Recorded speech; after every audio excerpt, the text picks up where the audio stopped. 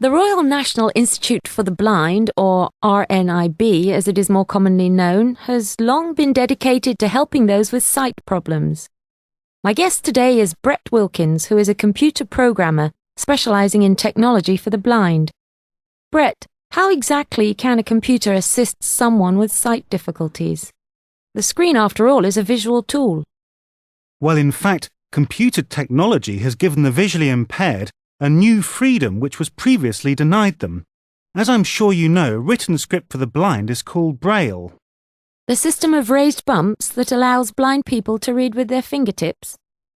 A simple Braille keyboard can easily be connected to most computers, and there are special web browsers available like JAWS or Window Eyes, for example, which turn text into speech.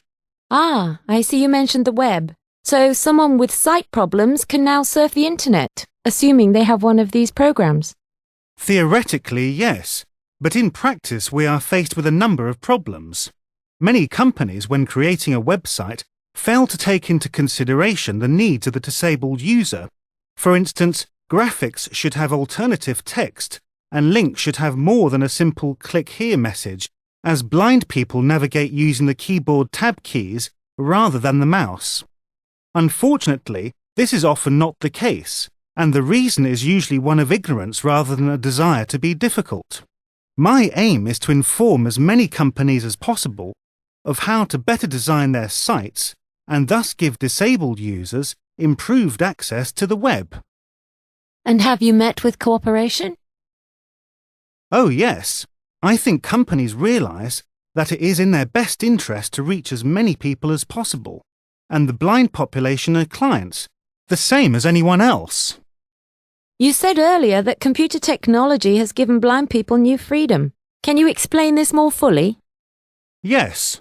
First of all, as far as the internet is concerned, the sheer amount of information and services available to the blind is phenomenal, as it is for everyone, of course.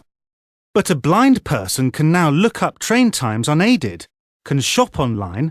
Just imagine how much easier shopping is. Well, the list is endless. But it's not just the internet that helps. In the past, the only reading material for the blind was in books. These, of course, are in Braille and are very bulky publications, so you can imagine that the digital format offered by computers has obvious space-saving advantages. Our job at the Institute is to ensure that as much material as possible is now converted into digital form, and thus help the blind and visually impaired live fulfilling lives as active members of their community. Brett Wilkins, thank you very much for joining me today.